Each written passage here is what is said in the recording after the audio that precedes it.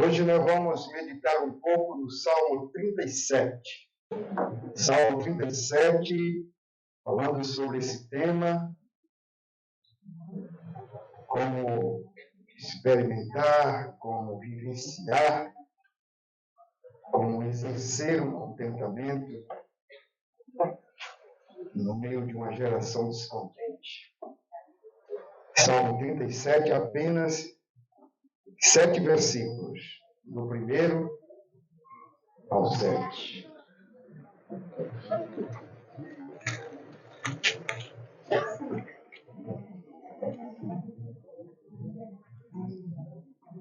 Vamos ler a palavra do Senhor. Assim diz o Senhor: não se irrite por causa dos malfeitores, nem tenha inveja dos que praticam a iniquidade, pois em breve eles secarão como a relva e murcharão como a erva verde. Confie no Senhor e faça o bem. Habite na terra e alimente-se da verdade. Agrade-se do Senhor, e Ele satisfará os desejos do seu coração. Entregue o seu caminho ao Senhor. Confie nele, e o mais Ele fará. Fará com que a sua justiça sobressaia como a luz e que o seu direito brilhe como o sol ao meio-dia. Descanse no Senhor e espere nele. Não se irrite por causa daquele que prospera em seu caminho, por causa do que realiza os seus maus desígnios. Amém. Oremos. Ó Deus bendito, graças te damos pela tua palavra, porque a tua palavra é viva e verdadeira. Nós te pedimos que nessa noite, pelo Espírito Santo, sejamos uma vez mais abençoados. Tenhamos os nossos olhos iluminados e que o Espírito do Senhor visite a cada um aqui nessa noite. Sabemos que a tua palavra é, nas mãos do Espírito, a espada poderosa. E que essa palavra penetre os lugares mais impenetráveis da nossa alma. E que nós sejamos curados, renovados, abençoados, transformados pelo teu grande poder. Obrigado por essa igreja, Senhor, que aqui se reúne. Irmãs que vieram dos lugares mais diferentes. E que o Senhor trouxe a esse lugar porque o Senhor tinha uma palavra para o coração de cada um. Que ninguém saia daqui sem ser abençoado por ti. Nós oramos pedindo graça ao Senhor, para que possamos ser fiéis na exposição da tua palavra e tenhamos graça da parte do Senhor para fazer isso com todo o poder. Em nome de Jesus. Amém. Eu acho importantíssimo o fato de que há alguns temas na Bíblia que eles são recorrentes na nossa vida. Ou seja, vira e mexe, eles estão lá diante de nós, requerendo alguma resposta, e às vezes essas coisas são motivo de inquietação para o nosso coração. E um desses temas é o sofrimento do justo e a prosperidade dos ímpios. Se tem uma coisa que às vezes inquieta o crente, é quando ele percebe que o justo está diante de situações das mais inimagináveis, das mais insuportáveis, das mais indesejáveis. E bem pertinho dele tem um ímpio prosperando. Isso, às vezes, embaraça a cabeça de muitos crentes. Porque Deus concede bênção aos ímpios, enquanto seus filhos sofrem privações? Por que os crentes adoecem e o ímpio tem saúde? Por que eles praticam o mal e nada lhes acontece? E parece que a gente dá uma escorregadinha e já está debaixo do sofrimento.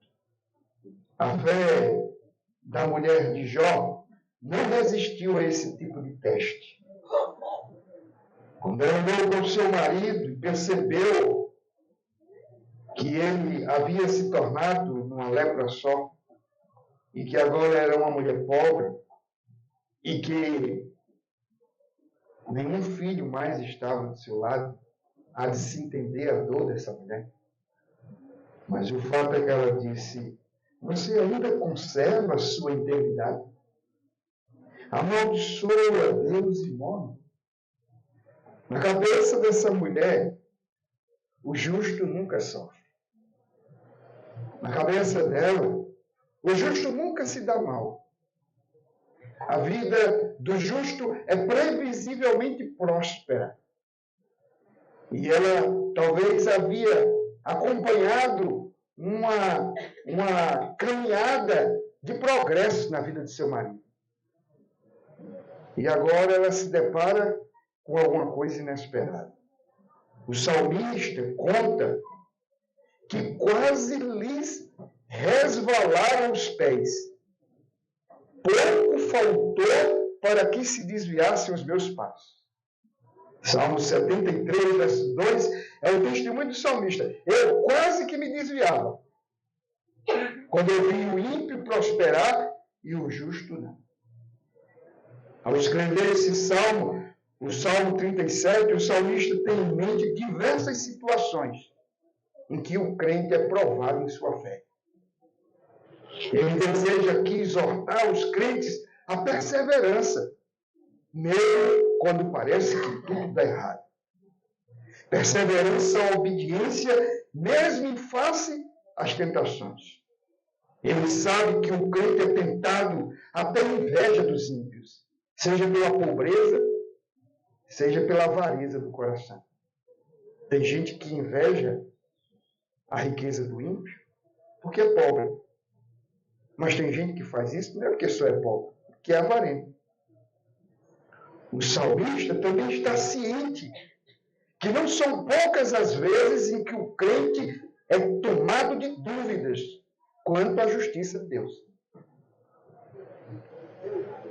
Deus, isso é justo? Como é que o Senhor deixou isso acontecer? Às vezes o crente, então, fica imaginando que ele é mais justo do que o próprio Deus. Em todos esses casos, e naqueles não mencionados, o que o salmista deseja é instruir o coração do verdadeiro crente, sabendo que jamais será confundido. Nesse salmo, a mensagem central é como estar seguro, como estar contente, como estar feliz na presença do Senhor, apesar das circunstâncias. Há um nítido progresso das ideias aqui nesse salmo, e que o princípio anterior produz o princípio seguinte. É uma escala aqui. Nos versos 1 e 2 aqui, o que nós temos é uma introdução. Se você quiser entender o Salmo 37, precisa entender qual é o pano de fundo. Qual é a questão que move o salmista aqui. Então eu peço que você acompanhe mais uma vez. Olha os versos 1 e 2. Não se irrite. A palavra aqui não se irrite é não fique indignado. Ou não esquente a cabeça. Não perca a paciência. Com o quê? O que ele está falando? Mas olha, não fique irritado. Não perca a paciência. Não esquente a cabeça. Por causa dos malfeitores. Nem tenha inveja dos que praticam iniquidade. Às vezes, meus irmãos, eu vejo muita gente na igreja querendo exigir do mundo um comportamento que Deus só espera dos seus crentes, dos seus filhos. Deus não espera nada do mundo. Deus espera da igreja. E aí eu vejo gente escandalizada com a política, não sei com o quê. Não, a igreja não tem o direito de se escandalizar com o mundo. O mundo é que se escandaliza com a igreja de vez em quando. O que esperar do mundo? Então o salmista diz, não fique irritado, não fique assombrado com os malfeitores. Nem inveje o que eles fazem. Não queira a vida dele para você. No verso 2 ele diz, pois em breve. Olhe para frente. Ele vai dizer isso lá nos versos 7 e 9. Em breve, eles secarão como a relva e murcharão como a erva verde. Ou seja, é como se ele dissesse, olhe para a prosperidade deles e não inveje. Porque essa prosperidade aí é falsa, é passageira. Lembra-se de ontem? É transitória. O futuro se encarregará de mostrar que não há razão para invejar o suposto triunfo dos ímpios. Eu citei o Salmo 73. Se você puder, acompanha aí. Olha o verso 2. Quanto a mim, porém, quase me resvalaram os pés. Pouco faltou para que se desviassem os meus passos. Agora, olha o 3. Qual era a causa que o salmista ia se desviando? Pois eu invejava os arrogantes ao ver a prosperidade dos maus. Olha o que ele diz no verso 17. Até que entrei no santuário de Deus e descobri qual seria o fim deles. É aquele crente que está frio, está em conflito, está em dúvida, está quase se desviando. Mas finalmente ele voltou à casa de Deus. Ele disse, quando eu entrei no santuário, Deus falou comigo e ele mostrou qual será o fim dos ímpios. É por isso, irmãos, que o culto é uma convocação solene de Deus, em que Deus ministra ao coração do povo pelos seus meios de graça. Você chega lá e está quase pensando em desistir, e você sai renovado. O salmista diz, até que entrei no santuário de Deus e descobri que o que eu estava invejando era loucura. No verso 18 ele diz, tu certamente os põe em lugares escorregadios e os fazem cair na destruição. Senhor, tu certamente, no tempo certo, julga o ímpio. No verso 22, ele estava embrutecido e sem entendimento. Olha agora a autoanálise que ele faz. Cada um examine a si mesmo. Ele agora faz esse autoexame e ele diz, como eu estava embrutecido, endurecido de entendimento. Era como um animal diante de ti. Que descrição da vida espiritual mesquinha em que ele se enveredou. No verso 25 ele disse, quem tenho eu no céu além de ti? E quem poderia eu querer na terra além de ti? Ou seja, que loucura minha! Como é que eu poderia ir a algum lugar sem ti? Como eu poderia querer alguém além de ti? Verso 27. Aí ele diz, os que se afastam de ti certamente perecerão. Tu destróis todos os que são infiéis para contigo. No 28 ele diz, quanto a mim, bom é estar perto de Deus. Faço do Senhor Deus o meu refúgio para proclamar todas as suas obras. Você percebe o que ele está dizendo? Ele não está dizendo aqui, Deus começou a me abençoar e agora eu não tenho mais nenhuma atração pelas bênçãos dos ímpios. Ele também aqui não está dizendo, de repente eu estava doente e fui curado. Agora sim, agora eu posso servir a Deus. O que ele está dizendo é o seguinte, eu estava olhando para a prosperidade dos ímpios e perdi Deus de vista. Mas quando eu voltei ao Senhor, o meu contentamento foi renovado. O verso 28 é exatamente o que ele diz. Quanto a mim, bom é estar perto de Deus. Tu és o meu contentamento. Agora ele está dizendo, eu não tenho mais falta de coisa alguma. Agora, nada que o ímpio tem me atrai. porque eu tenho aquilo que o ímpio não tem. O meu Deus está perto de mim. O salmista aqui declara que o deleite desejado pela sua alma não pode ser alcançado nas enganosas e nas vãs fascinações do mundo. Tudo que precisamos é alegrar-se no Senhor. Mesmo que as piores circunstâncias nos sobrevenham e que o próprio Senhor decida nos provar com as mais terríveis calamidades, devemos sempre atentar para este princípio. O Senhor é o nosso bem maior, em quem repousa tudo que a nossa alma mais deseja. Tudo que a nossa alma mais deseja. Contudo, se quisermos tirar os inimigos da nossa mente, é preciso tomar algumas resoluções. O salmista, então, aqui nos propõe algumas diretrizes, alguns caminhos, a fim de que estejamos contentes e jamais desejemos as supostas felicidades dos ímpios. E aqui presta atenção. Hoje, eu vou resumir o Salmo 37 em 4 verbos. Então, hoje a gente vai ter aqui uma aulinha de português. Você vai sair daqui com 4 verbos para casa e nunca mais vai esquecer nenhum deles. São 4 verbos que podem revolucionar a nossa vida em termos de contentamento, em termos de verdadeira felicidade.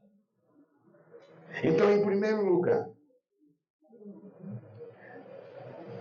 a primeira diretriz que o salmista apresenta aqui é a seguinte: precisamos redirecionar nossa fé.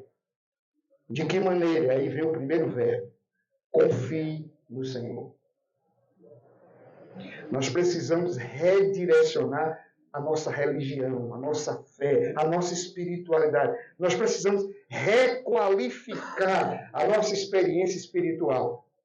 A primeira coisa que ele propõe para que façamos é confie no Senhor. Esse é o primeiro verbo, confiar. Verso 3. Confie no Senhor e faça o bem. Habite na terra e alimente-se da verdade. Amém? Amém. Confie no Senhor. É como se ele estivesse dizendo, olha, às vezes nós estamos confessando o Senhor, mas a nossa fé não está nele. Então, de vez em quando a gente está na igreja cantando, tomando ceia, mas o Senhor está dizendo, redirecione a sua fé para mim. Porque você está confiando em alguém ou em alguma coisa que não sou eu. Então, quando o salmista aqui se depara com o fato de que ele começou a invejar o ímpio, a felicidade do ímpio, ele percebeu que sua fé estava no lugar errado. Era preciso redirecioná-la. E como fazer isso? Confie no Senhor e faça o bem. Amém. Habite na terra e alimente-se da verdade. Queridos, o verdadeiro sentido da vida de um crente fiel a Deus consiste em afastar o seu olhar dos homens, das coisas, voltando-se para Deus. Voltando o seu olhar para Deus. Olhando para Jesus, autor, consumador da sua fé. Observe que para o salmista, a fé aqui ela é construtiva, ela é proativa. É uma fé viva. Ela é contracultural, ela não é meramente religiosa. Ela é diferente daquilo que o mundo diz possuir. Uma fé morta. Ela ultrapassa as formas, os credos, os cerimoniais, as tradições religiosas. A fé aqui produz obras. Confie no Senhor e faça o bem. Confie no Senhor e faça o bem. A ideia aqui é, confie no Senhor e que essa fé se revele através de obras, de virtudes. Ele está apelando aqui para uma fé prática, não apenas confessional, mas viva. Ou seja, a fé que o salmista fala aqui é consequencial. Ou seja, confiar no Senhor e fazer o bem é uma causalidade. Isso é uma relação de causa e efeito. Eu confio no Senhor, causa. Eu pratico o bem, o efeito, o resultado da fé.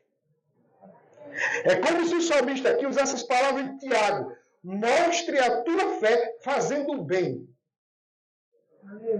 Fazendo o bem. Isso porque, como diz Tiago, a fé sem obras é morta. Tiago diz ainda que a ira do homem não produz a justiça de Deus, e aí ele conclui: vocês sabem estas coisas, meus amados irmãos. Cada um esteja pronto para ouvir, mas seja tardio para falar e tardio para ficar irado. Se alguém supõe ser religioso, mas não refreia a sua língua, está enganando a si mesmo, a sua religião é vã. Então, aqui quando o Tiago começa a falar da fé, ele começa a pedir as obras. E é isso que o salmista faz. Ele diz, olha, cadê as obras? Quem confia no Senhor, que pratique o bem. Porque uma fé morta não produz contentamento. Não ajuda no dia mau. Em Lucas, capítulo 6, no verso 27, Jesus disse, digo, porém, a vocês que me ouvem, amem os seus inimigos, façam bem aos que odeiam vocês. No verso 28, abençoe aqueles que os amaldiçoem, orem pelos que maltratam vocês.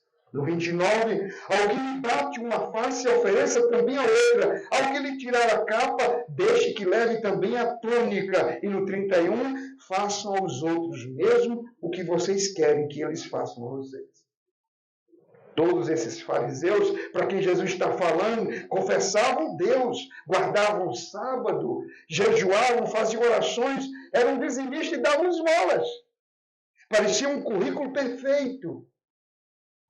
Mas o Senhor está dizendo, e cadê o bem? Cadê o fruto da fé?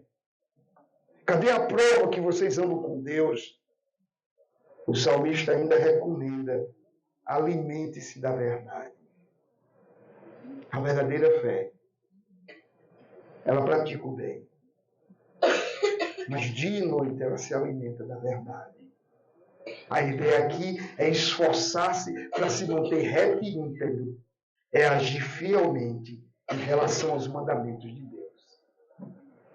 No verso 27, ele acrescenta, afaste-se do mal e pratique o bem, e a sua morada será perpétua. Você vai habitar na terra.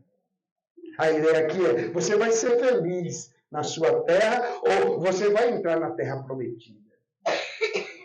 Embora essa promessa tenha aqui um sentido território, nas palavras do Senhor significa a posse de uma herança eterna. Portanto, o salmista está dizendo qual é o segredo para que, ao invés de buscarmos o contentamento do mundo, a gente encontre contentamento no Senhor. É que a gente tenha uma religião vigorosa, uma fé ativa, viva, que produz obras, que as virtudes da graça se revelam no nosso viver. Ele entende que isso produz contentamento. Isso nos deixa satisfeitos, porque você começa a olhar para si e a observar o progresso da sua própria fé. A gente não deve confiar na fé, a gente deve confiar em Deus. Mas sabe quando é que você começa a ficar feliz com sua fé? Quando você percebe que ela começa a dar filhos a você. Quais são os filhos da fé? As boas obras, os bons frutos. Você já viu quando os filhos se casam, os pais ficam doidos para ganhar netos? E sabe, é um negócio universal, eu tenho observado. Você quer ver um cabra ficar besta, se torna avô. Você quer ver alguém virar assim, sabe? Mudar radicalmente. Vira avô, vira avó. Mas muda tudo. Porque é como se ele dissesse, meus filhos agora estão me dando filhos. Então a fé, queridos, dá filhos a gente. Quando a gente começa a olhar para aquilo que a gente realiza, para quem a gente era e não é mais, para quem a gente não era e com quem a gente se tornou. A gente diz, olha aí, a minha fé tem futuro. Mas o crente está 30 anos na igreja, os mesmos pecados, não consegue progredir, ele diz, não, eu não dou fé nessa fé, não. Nem ele acredita nela. Porque se aquela fé não produziu mudança nele, como é que ele vai falar dela? Falar de uma coisa que ele não vê futuro, não vê resultado. Por isso o salmista está dizendo, confie no Senhor. Pratique o bem. Se alimente da verdade e você habitará na terra. E você gozará das bênçãos da terra. Ou seja, sua fé precisa ter implicações históricas e perspectiva para o futuro, para a eternidade. Sua fé precisa ter história, mas precisa ter perspectiva para a eternidade. Segundo lugar, precisamos redirecionar nossas afeições. De que maneira? Agrade-se do Senhor. Segundo verbo, então, é agrade-se, deleite-se, alegre-se. Depende da versão. Então, redirecione suas afeições. Por quê? O salmista percebeu que as afeições dele estavam voltadas para as riquezas, para a prosperidade dos ímpios. E agora ele precisa redirecionar isso. E ele está ensinando isso. Agrade-se do Senhor. Porque se você se agradar do Senhor, você não terá afeições para o pecado, afeições para as riquezas. Então o verbo é, agrade-se do Senhor e Ele satisfará os desejos do seu coração. Ele satisfará. Há 3 homens na história aí, nosso evangelho, que eles talvez sejam as 3 pessoas que mais se dedicaram a essa ideia de contentamento, satisfação, deleite espiritual em Deus. Quem são esses 3 homens? O primeiro, um congregacional, Jonathan Edwards, americano, e que foi, assim, quem mais trabalhou essa questão das afeições, de como nós nos afeiçoamos, amamos, nos alegramos, desfrutamos, nos deleitamos, temos prazer em Deus. Aí depois, quem veio e começou a resgatar, trazer de volta o Jonathan Edwards, C.S. Lewis. Até que um dia, um outro homem, lá por volta de 1968, entrou numa biblioteca e leu o livro do C.S. Lewis, que por sua vez cita o Jonathan Edwards, o livro Peso de Glória. E esse homem, a partir daí, passou a ser realmente o grande representante dessa teologia do contentamento, John Piper. De cada, pastor Ivan, de cada 10 livros que você lê do Piper, pode ter certeza, 10 vai falar de contentamento. Ele fala de casamento, contentamento. Ele fala de missões, contentamento. Contentamento, contentamento. E qual é a tese número 1 de John Piper, que vem do Lewis e que vem do Edward? É a seguinte: Deus nos criou com um propósito supremo, a glória dele. Tudo Deus te criou, a glória dele. Deus te salvou, a glória dele. Deus te deu um casamento, para a glória dele. Deus te deu filhos, a glória dele. Deus trouxe você para esse congresso, a glória dele. Tudo é a glória dele. Mas aí o que ele diz? Nós glorificamos mais a Deus quando estamos mais contentes nele. Simples, é resumindo tudo.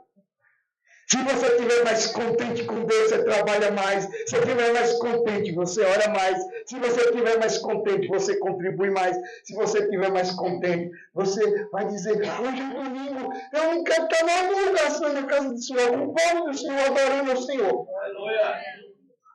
Então assim, queridos, Agrade-se do Senhor. Mude as suas afeições. Porque, na realidade, quando a gente vai mexer aqui dentro, a gente descobre que a gente está afeiçoado por muitos ídolos. Nosso coração é uma fábrica de ídolos. E esses ídolos estão tomando o lugar do Senhor. E a gente não tem afeição nenhuma por Deus, amor nenhum. Porque os ídolos roubaram as nossas afeições, a nossa devoção, a nossa gratidão, o nosso louvor. E ele está dizendo aqui, agrade-se, deleite-se, alegre-se do Senhor. Porque se você se alegrar dele, o seu coração vai estar satisfeito. Ele satisfará, ele será a satisfação do seu coração. Como está escrito no Salmo 16, versos 5 e 6. O Senhor é a porção da minha herança, Ele é o meu cálice. Tu sustenta a minha sorte, as minhas divisas caíram em lugares agradáveis. É linda a minha herança. Portanto, nossa alma jamais estará satisfeita senão em Deus. Que jamais sejamos seduzidos pelos manjares desse mundo, pois o contentamento proveniente do Senhor e que reside somente nele, excede a todos os prazeres do mundo. O grande Agostinho, filósofo, teólogo da igreja, lá no início disse, nos criaste para vós, e o nosso coração vive inquieto, enquanto não repousar em vós. O Senhor nos criou para o Senhor. E o nosso coração está inquieto até que a gente se volte para o Senhor. É isso. Nesse salmo, encontramos a gloriosa promessa que se o nosso coração encontrar deleite somente em Deus, Ele liberalmente, aliás, nos concederá tudo quanto desejamos. Ouça isso. Se você se agradar do Senhor, Ele vai fazer tudo quanto você desejar. Aí tem crente que diz, oba, o que significa isso? Eu interpreto essa passagem de 3 maneiras. Primeiro, se você se agradar do Senhor, significa que quando você encontra contentamento em Deus, o próprio Deus será a resposta satisfatória para a sua alma, para o seu coração. Mesmo quando você achar que Deus te abandonou, ainda assim você diz, só em Deus há repouso para a minha alma. Só em Deus há satisfação. Olha o que Jó disse, ainda que o Senhor me mate, eu não o deixarei. É como se ele dissesse, vamos imaginar que eu esteja num lugar em que todo mundo esteja contra mim. O próprio Deus. Para quem eu vou correr? Eu vou correr para Deus. É como Davi. Deus disse, eu vou te disciplinar, você pecou. Aí Deus dá lá umas opções para ele. Aí ele diz, Senhor, não me faça cair nas mãos dos homens. Eu quero cair nas tuas mãos.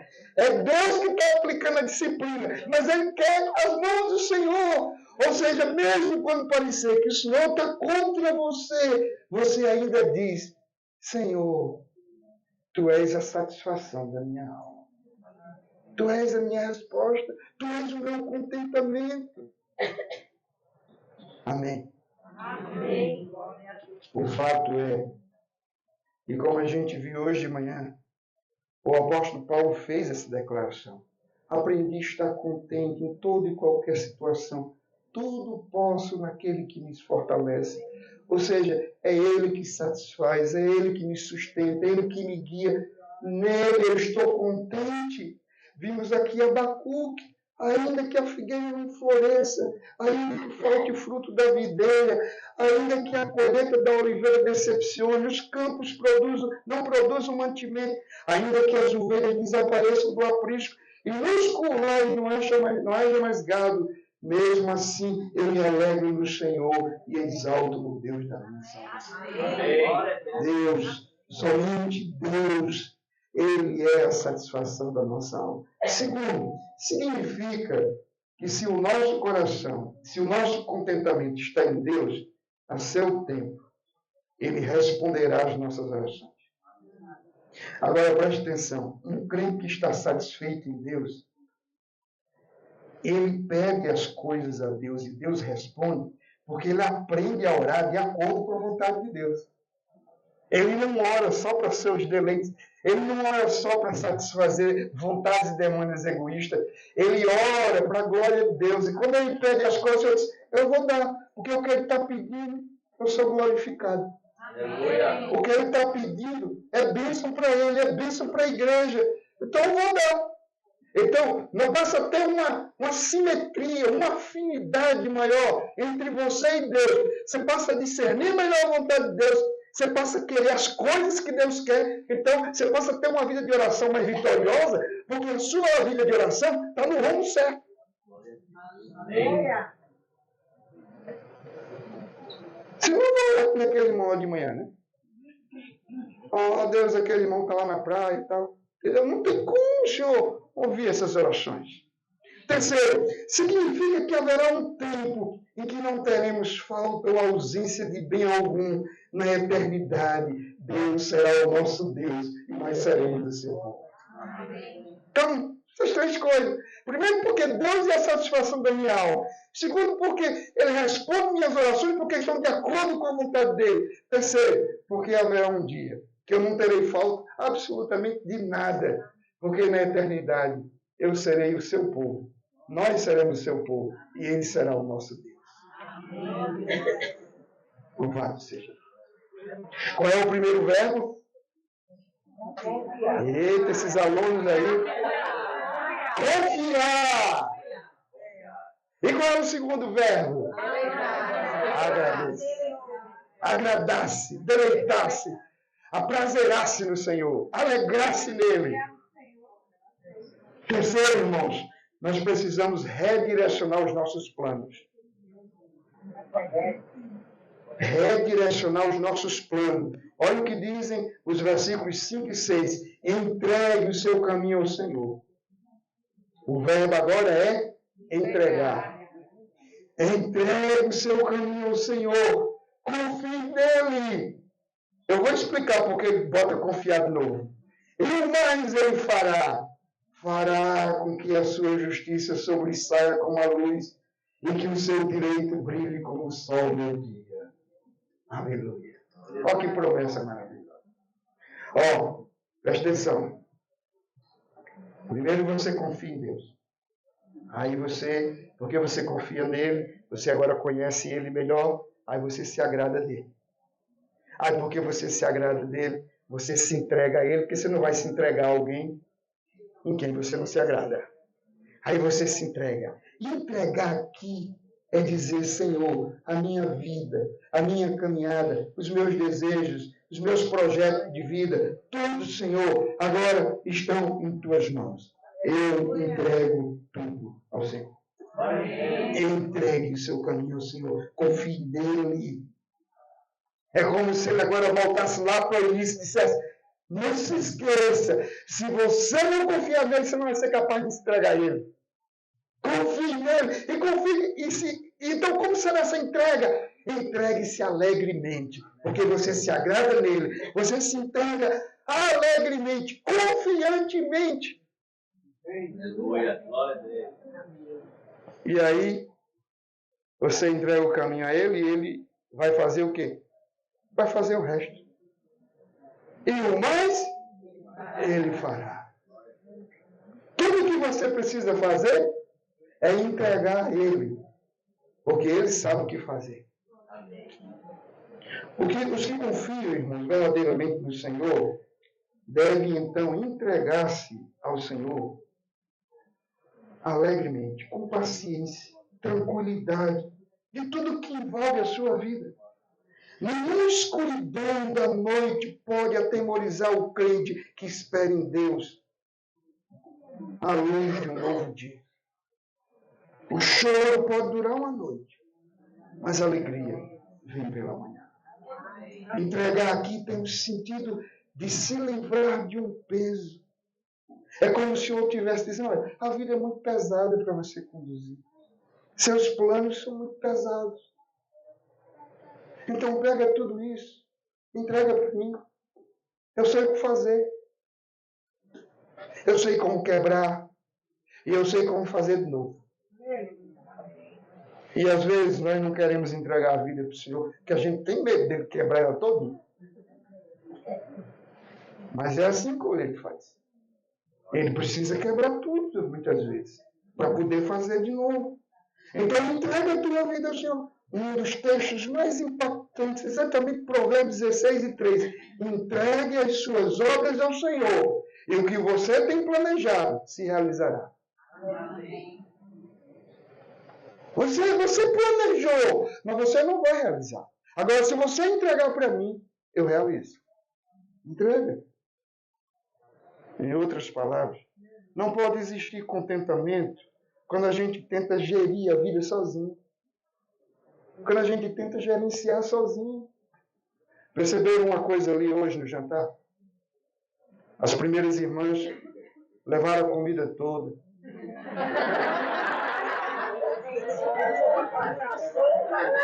Foi?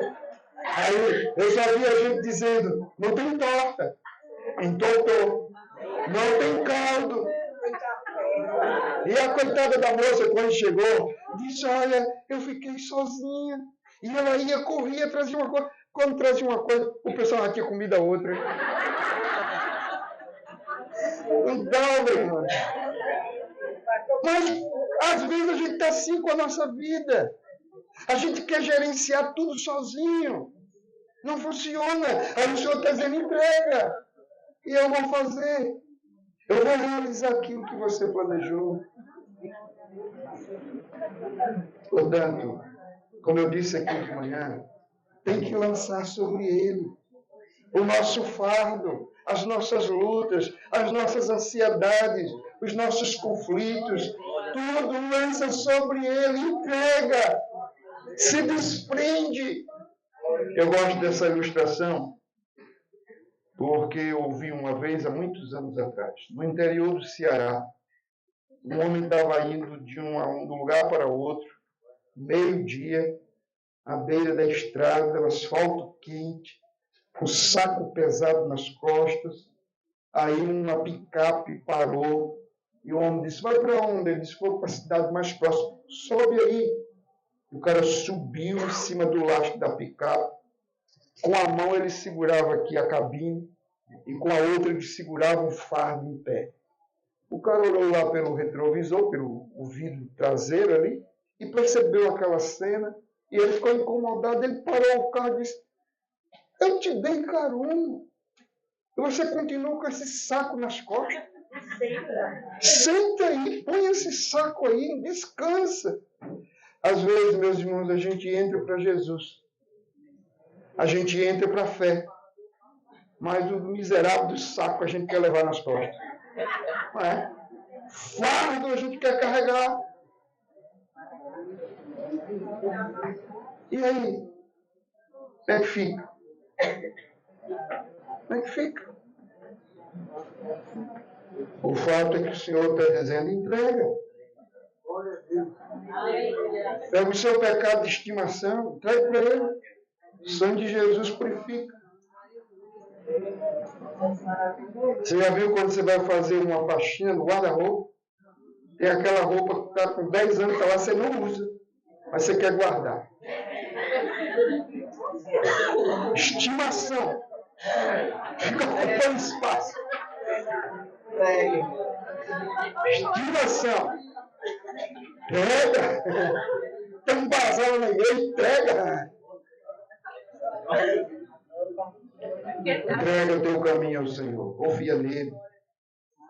E mais ele fará. E a promessa é uma promessa de Deus. O Senhor vai fazer raiar o sol dele sobre você. Haverá luz na sua caminhada. Seus passos serão certeiros. Louvado seja Deus. Qual é o primeiro verbo? O segundo? Terceiro? Agora preste atenção. Em quarto lugar, precisamos redirecionar as nossas expectativas de sucesso. Redirecionar as nossas expectativas de que isso vai acontecer e tal, porque é isso que traz ansiedade. Então, o que é que o texto diz? Descanse no Senhor. Aleluia. O quarto verbo é descansar. Quando você entrega, você descansa. Você viu o que eu disse? Cada princípio, ele desemboca no próximo.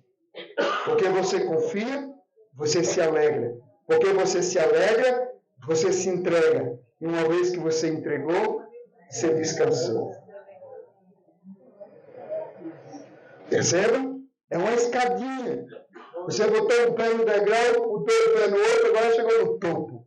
E qual é o topo que Deus tem para nós? Descansar nele. Olha o contentamento. Contentamento é confiar em Deus. Contentamento é deleitar-se em Deus. Contentamento é entregar-se a Deus. Contentamento é descansar em Deus. Então, diz o verso 7. Descanse no Senhor. Espere nele. A ideia de esperar aqui é uma ideia de paciência. Descanse com paciência. Tem gente que descansa carregando pedra, que nem o cara do carro, não tá. Isso não é descanso. Né? Descanse esperando nele. Não se irrite. Olha ele voltando lá para o início, para dizer exatamente. Não se irrite por causa daquele que prospera em seu caminho, por causa do que realiza os seus maus desígnios. Descansar aqui tem o sentido de ficar em silêncio. Só espera. Eu vou fazer. É o silêncio da espera paciente, da espera quieta, da espera sem anseio.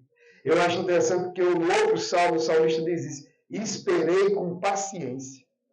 Ele qualifica a espera. Ele não diz simplesmente, eu esperei. Quer dizer que espera assim, ó. Mas ele não. Esperei com paciência no Senhor. Ele se inclinou para mim. Ouviu o meu clamor. Tirou os meus pés de um charco de lodo e pôs numa rocha. Esperei com paciência. Descansar em Deus é descansar nas suas promessas. É descansar na sua bondade. É descansar em seu caráter. Ele é confiável. Eu posso esperar nele. É descansar em sua vontade. Ela é boa, agradável e perfeita. É descansar em suas provisões. É descansar nos méritos de Cristo. Cristo já levou as minhas mazelas na cruz, agora eu tenho os méritos dele. E por causa desses méritos, o Senhor cumpre em mim as suas promessas. No Salmo 62, verso 5, diz: somente em Deus, ó minha alma, espere silenciosa, porque dele vem a minha esperança. No Salmo 31, verso 24, sejam fortes e que se revigore o coração de todos vocês que esperam no Senhor. No Salmo 37, que a gente está tratando aqui, o 9 diz, porque os malfeitores serão exterminados, mas os que esperam no Senhor possuirão a terra. Amém. Normalmente a ideia da sociedade é que para conquistar tem que fazer revolução, tem que brigar, tem que matar, tem que pegar em arma. Aqui diz, espere em silêncio, porque você vai herdar a terra. O Senhor vai te dar. Os mansos aqui são aqueles que escolhem o caminho da fé e não o da luta. Os que confiam em Deus, não na força do seu braço. O manso faz uso da fé paciente, esperando em Deus. Os que fazem uso da força são os que confiam na própria força. Nós confiamos no Deus Altíssimo. Amém. Eu quero concluir.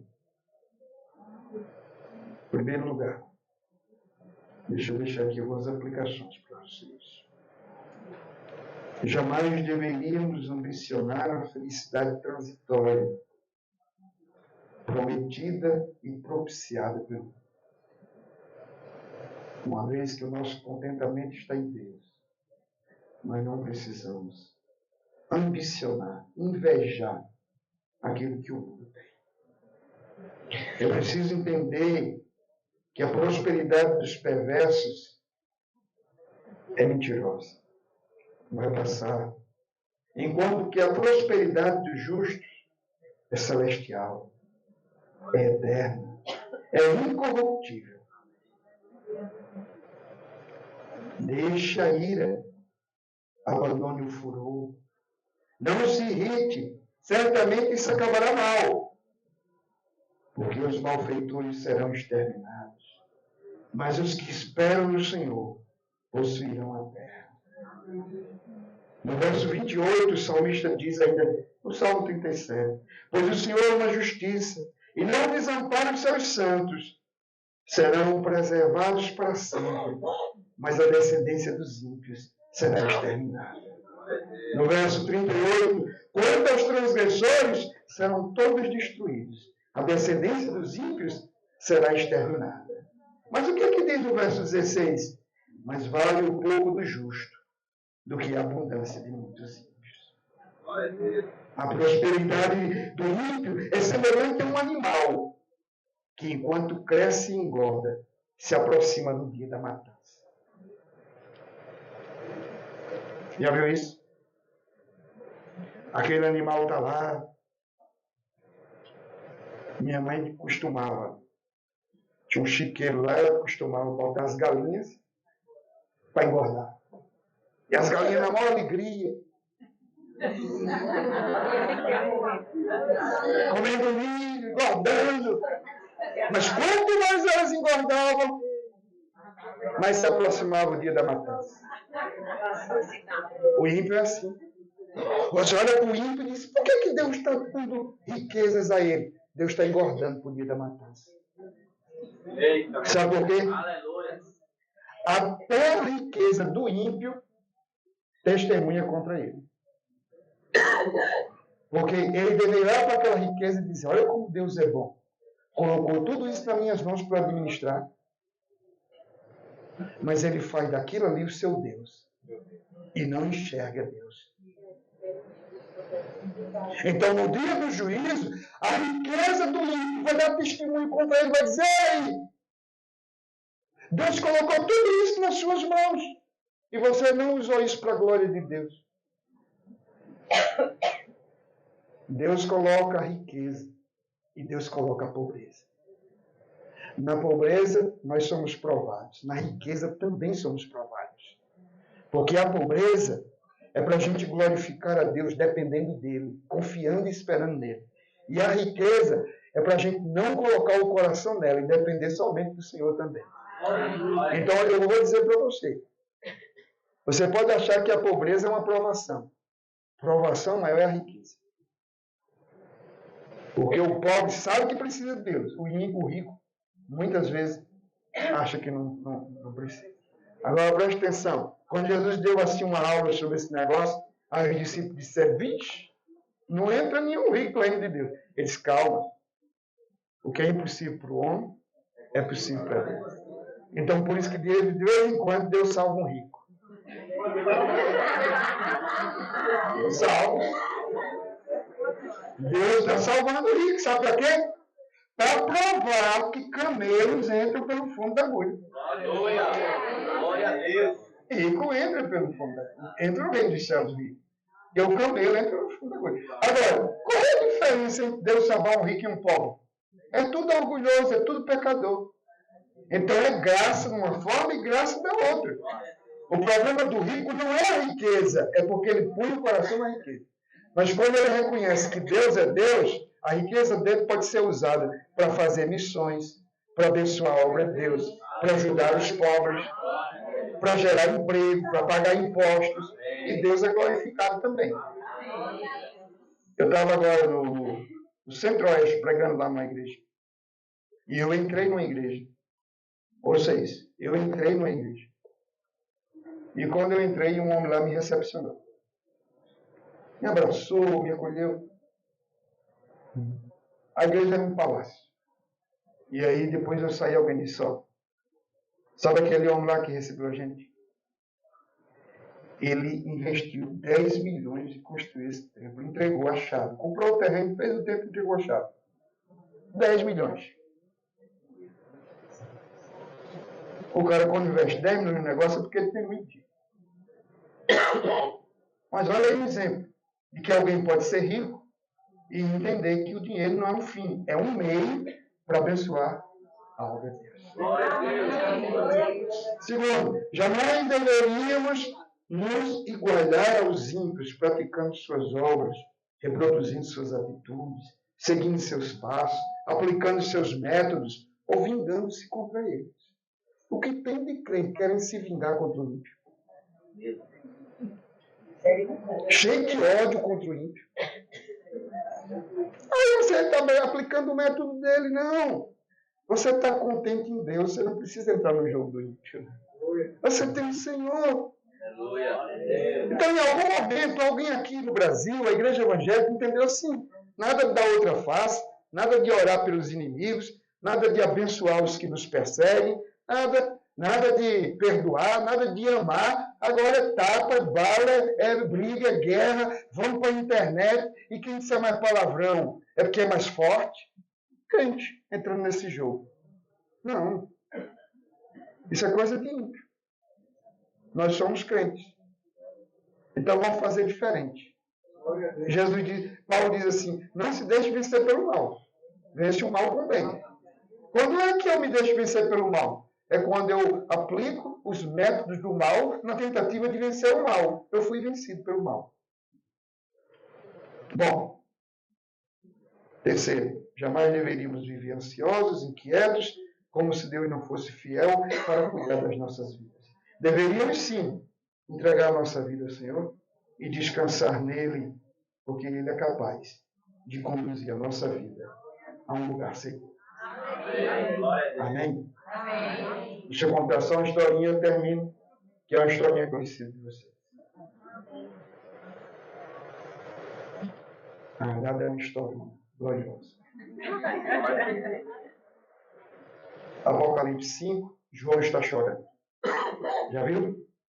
Tem um livro, mas o livro está selado. Ninguém pode abrir o livro. Nem no céu, nem na terra, nem no mar, em lugar nenhum. Aí ele chora. Por quê?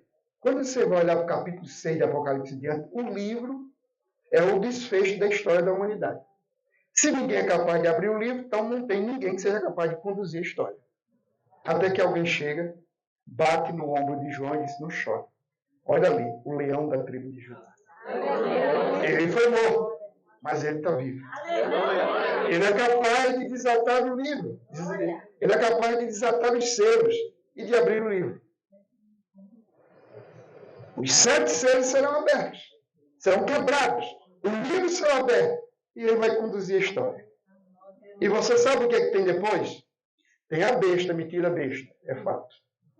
Tem o anticristo, tem a Babilônia, tem as tribulações, tem o juízo final. Mas o que tem mesmo no final é um novo céu, uma nova terra. Então preste atenção. Nós podemos viver com contentamento porque nós confiamos num Deus e nos alegramos num Deus e nos entregamos a um Deus e descansamos num Deus que Ele é o Senhor da história. Que Ele conduz a história. E Ele conduz essa história para um final feliz. A Ele a honra, a glória e o louvor pelo século.